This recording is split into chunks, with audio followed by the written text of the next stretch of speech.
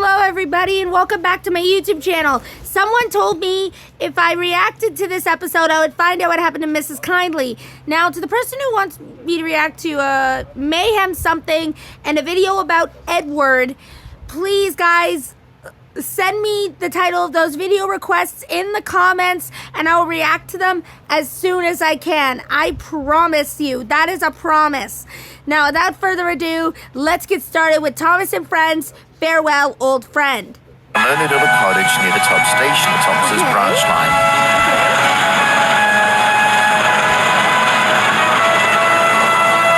As the engines pass the cottage, they whistle, ring, or honk their horn as a cheerful hello. Time goes by in life, and like the engines, age comes. Mrs. Kindly is mostly indoors now due to weak bones around her legs, and she has to go in a wheelchair. She still goes out with her husband and kept a great big smile on her face towards the people and engines. One evening, Thomas was simmering at the top station. Just then, the station master ran towards them. "There's an emergency at the Kindly residence. You must go now. Bertie will take your passengers." "Yes, sir," whistled Thomas, and he puffed away with Annie and Cladwell behind him. What's happening?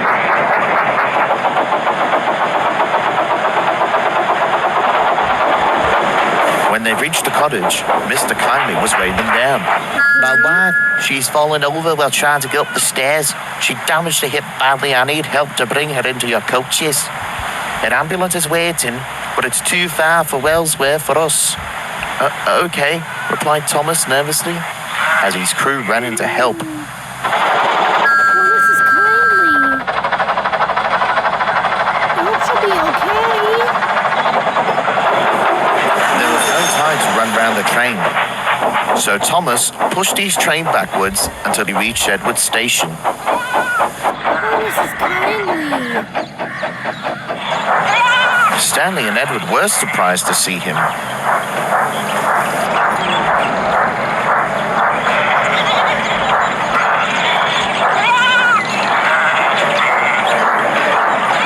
As the ambulance raced away from the station car park, Thomas told them the story. "Oh dear, I hope she's all right. But a woman at her age, it's very unlikely." "No, as long as we believe for sure she'll recover," said Thomas, and he puffed away. Edward's right, though. I mean, we all get to that point in our life where we come to that age, and as time goes on, you know, our bodies can't do as much as they used to anymore. But throughout the rest of the evening, he was worried about Mrs. Kindly. Of course. Why wouldn't he be? So what happened next? Tell me she's okay. Please.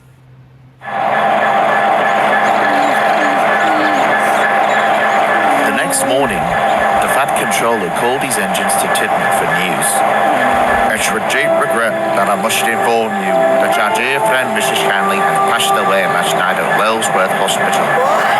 I advise you to show respect to Mr. Kindly, as well as their daughter, as well as their granddaughter." All the What? She died? No! Oh, man! That's awful! Oh, that's terrible! Oh, man! engines were quiet that morning as they went about their work.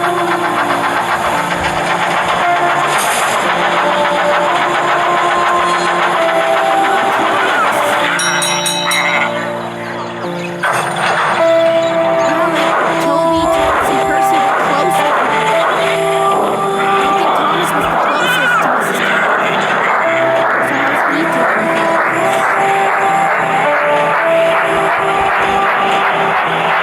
Thomas was alone in the siding, and a small tear came from his eye.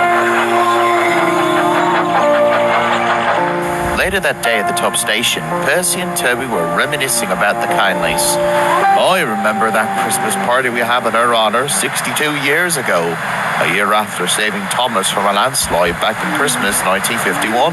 And I remember the time she asked me to find stuff for her good luck package for the daughter. It's lucky for you, though, that the foreman was in good spirit that day when you borrowed those buffers, said Toby. Well, I got overexcited and I hadn't thought about it, puffed Percy. Then they looked over at Thomas, who just sighed sadly. Have you got any good memories of Mrs. Kindley, Thomas? Asked Percy. But Thomas just sighed and he puffed away. Because he doesn't want to talk about it. Gordon was waiting at the junction. He'd noticed Thomas's sad expression. I know how you feel, Thomas. Just like me when I heard that Sir Nigel Gresley had passed on. Yes, Gordon. I was hoping Mrs. Kindley would get better, but the negativity kept overshadowing me. I guess I was wrong for hoping. Gordon reached steam at the remark. It's never wrong to hope all the time. Sometimes we have to be realistic and accept the fate that had happened. You believe that Mrs. Kindley would live after her nasty fall, but fate took her away, unfortunately. But it's life. Mrs. Kindley is still with us in our thoughts, though, Thomas. And he puffed away.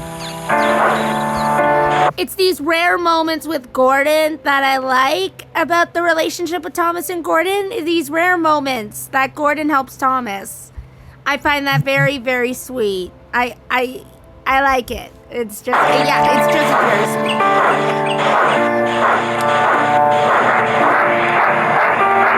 think Edward would be the one to help him, not Gordon. Still, it's rare moments that I like. The next day, the Fat Controller came to see Thomas alone at the sheds. Thomas, I want you to collect Jessica and Isabella Kindley at Dry Old Airfield. Yes, sir, yawned Thomas.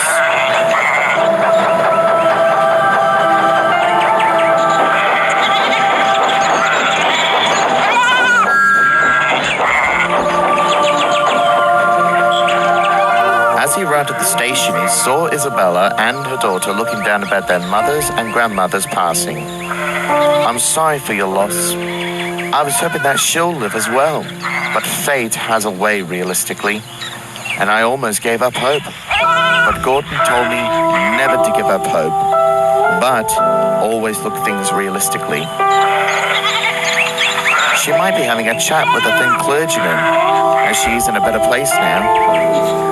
Everything changes in life if fate comes by surprise, but she's still with us in our minds and thoughts. Isabella and Jessica knew that Thomas was right. When the funeral arrived, the ceremony was held at Farquhar Church, and after hearing that Thomas was the one who helped them towards Wordsworth Hospital, he was given the honor of being the funeral train. As the coffin was loaded, all the branch line engines whistled and honked and rang as a last salute. Thomas puffed away with the happy thoughts about the passing of Mrs. Kindley.